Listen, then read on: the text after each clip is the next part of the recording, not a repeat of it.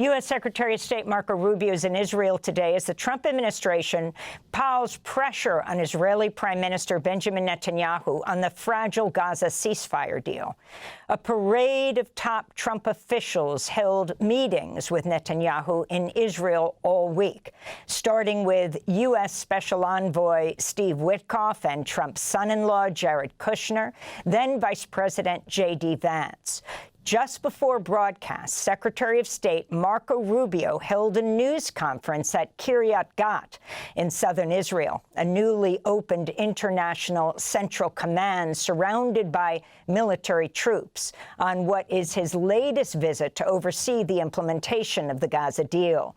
Despite Israel's repeated ceasefire violations, Rubio praised the troops, saying, quote, the truce, saying, quote, a lot of good progress is being made on a number of fronts, referring to Trump's 20-point so-called peace plan for Gaza.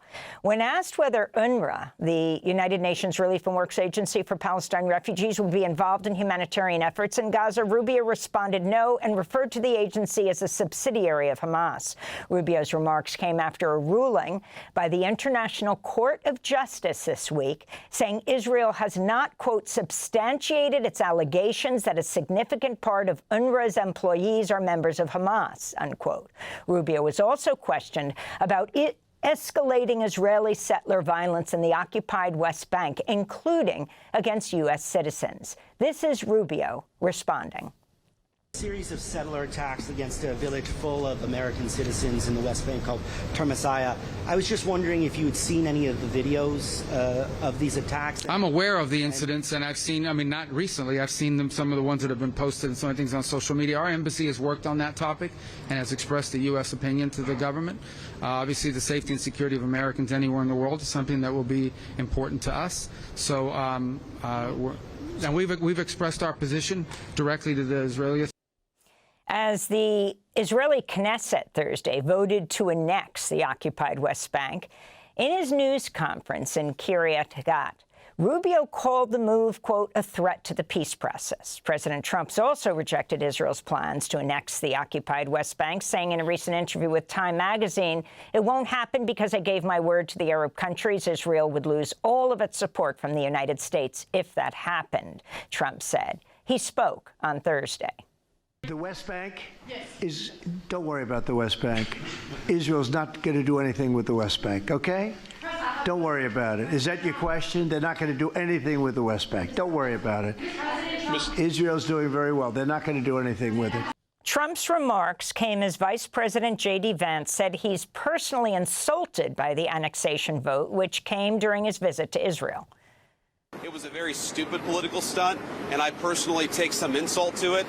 The West Bank is not going to be annexed by Israel. The policy of the Trump administration is that the West Bank will not be annexed by Israel. That will continue to be our policy. And if people want to take symbolic votes, they can do that. But we certainly weren't happy about it. This all comes as the United Nations is urging Israel to open the Rafah crossing to allow urgently needed humanitarian aid into Gaza. Over 40 aid groups, including Oxfam and the Norwegian Refugee Council, have published an open letter accusing Israel of arbitrarily rejecting aid deliveries into Gaza. In a minute, we'll be joined by Jan Egeland, Secretary General of the Norwegian Refugee Council, who's just returned from a trip to the occupied West Bank. This is a clip of his visit. This is the Rash Ain Alusha Bedouin community here on the West Bank. It's an area C. Israel has control in this area. But the Bedouins have been here now for more than 50 years.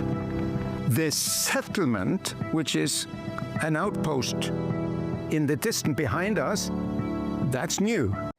We go now to Amman, Jordan, to speak with Jan Egeland, Secretary General of the Norwegian Refugee Council. Jan, thanks so much for being with us. If you can start off by talking about that trip you just took, two-day visit to the West Bank, which you say is, quote, being intentionally and brutally carved up. Explain, as people focus on Gaza, what's happening in the West Bank. No, indeed. I mean, I was there 3 years ago, the last time. I've been there now for more than 30 years altogether. And I was shocked to see how many new illegal settlements are strategically put on all hilltops in large parts of the countryside in the West Bank, at the same time as the thugs, the violent settler gangs from these settlements attack every single day Palestinian rural communities, very vulnerable Bedouin communities, torch their houses, torch their mosque, their school, steal their livestock, and divert their water. So you see how the place is annexed, and the occupation deepens, because this is occupied land every single day now, and it's changing as we speak. After the 7th of October, 2 years ago, when Hamas did these atrocities, horrific atrocities in Israel, I think the settler movement felt they had a free hand to do whatever they wanted on the West Bank, and it happened in the shadows of the war in Gaza. And what do you make of the vote in the Knesset around the annexation of the West Bank?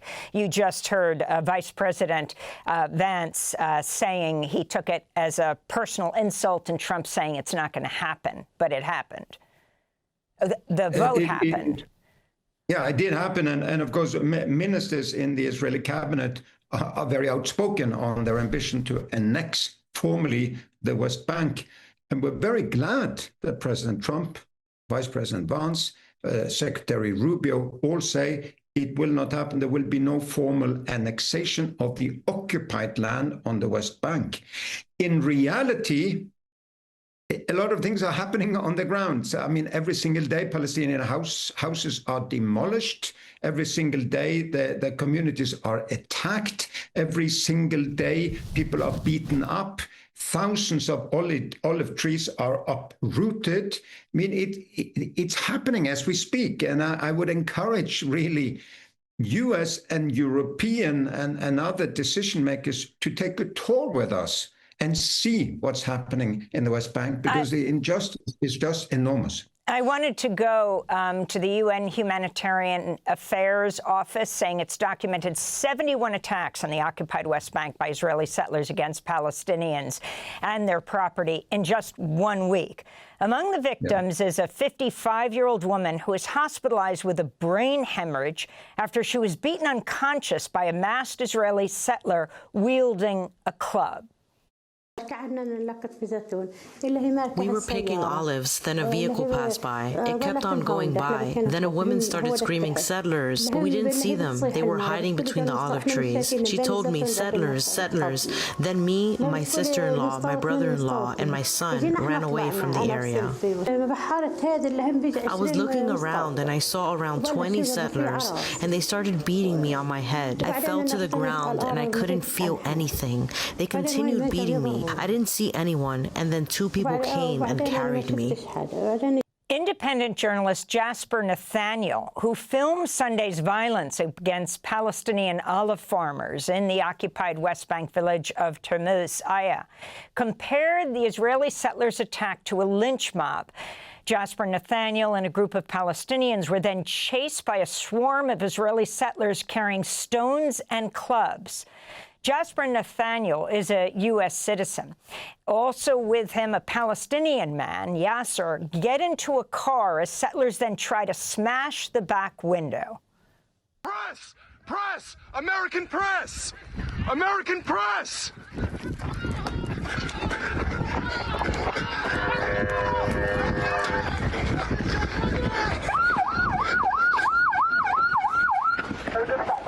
Press! Here, what are we? Right behind it. Oh, he's right here. He's about to smash your window. Oh, here he is. Here he is. Get ready. Yeah, there it is.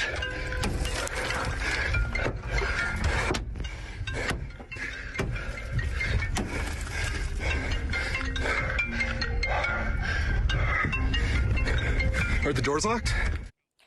So that's Jasper Nathaniel, the American journalist. Jan Egeland, if you can respond. I mean, so far this year, there were over 750 Israeli settler attacks, which is a 13% increase over last year. What are you calling for now at the Norwegian Refugee Council? We're calling for for international law to be exerted on the West Bank. I mean, the occupation has to be lifted. It has now been there in place since 1967. I would urge the Western governments and NATO countries who are so outspoken, rightly, against the Russian occupation of Ukraine. We support Ukrainian war against the occupier. Why is this tolerated when it happens on Palestinian land? It is occupation. So there has to be action where humanitarian workers on the ground were there every day trying to defend these people, but were unarmed. We cannot really fight these settler mafias that are well armed and who work with impunity.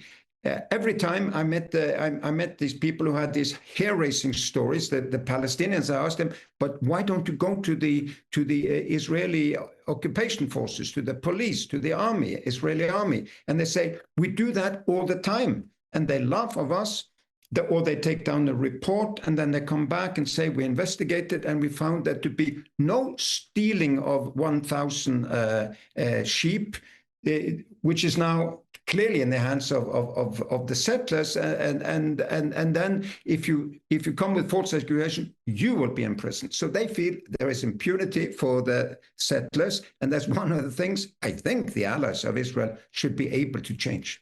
And I wanted to end with the last question to Marco Rubio today in his press conference in southern Israel. He was asked about the video of attacks on Palestinians in the West Bank and also the attacks and killings of Palestinian Americans. He said, we've expressed our position to the Israeli authorities. We care about Americans everywhere. So let's turn to this father of a 16-year-old American, Palestinian American, Mohammed Zahar Ibrahim, demanding the U.S. government free his son from an Israeli prison. Anybody that's in the U.S. government, their duty is to bring home any American citizen. And you know, Israel prison is one of the worst prisons in the world. Weight loss, scabies. They only get 10 minutes a day outside, so the rest are in a cell, crowded cell. A cell that fits 8 people, they have 16 in there. So from day one, they said, we're working on it. And then you go to for 1 month, 2 months, 3 months, we're at 8 months. He missed about half of last year's school. He's missing this year's school. There's no progress, So I think the U.S. government either do something or maybe you can't do nothing. So final question about the number of Palestinians who are imprisoned right now. An American father appealing for his American son who just turned 16 in Israeli prison to be released in an Israeli prison. Your response, Jan Egeland. Well, I would say that these are people in the thousands that have been in detention with no law, no sentences, no trial for a very long time. This is administrative detention very often, and some liken it to hostage taking. They should be released, really, or put before a trial of law, and then to be proven to be criminals. If not, release them. I want to thank you very much for being with us, Jan Egeland, Secretary General of the Norwegian Refugee Council, just returned from a 2-day visit to the occupied West Bank. Thanks for watching Democracy Now! On YouTube. Subscribe to the channel and turn on notifications to make sure you never miss a video. And for more of our audience-supported journalism, go to democracynow.org, where you can download our news app, sign up for our newsletter, subscribe to the daily podcast, and so much more.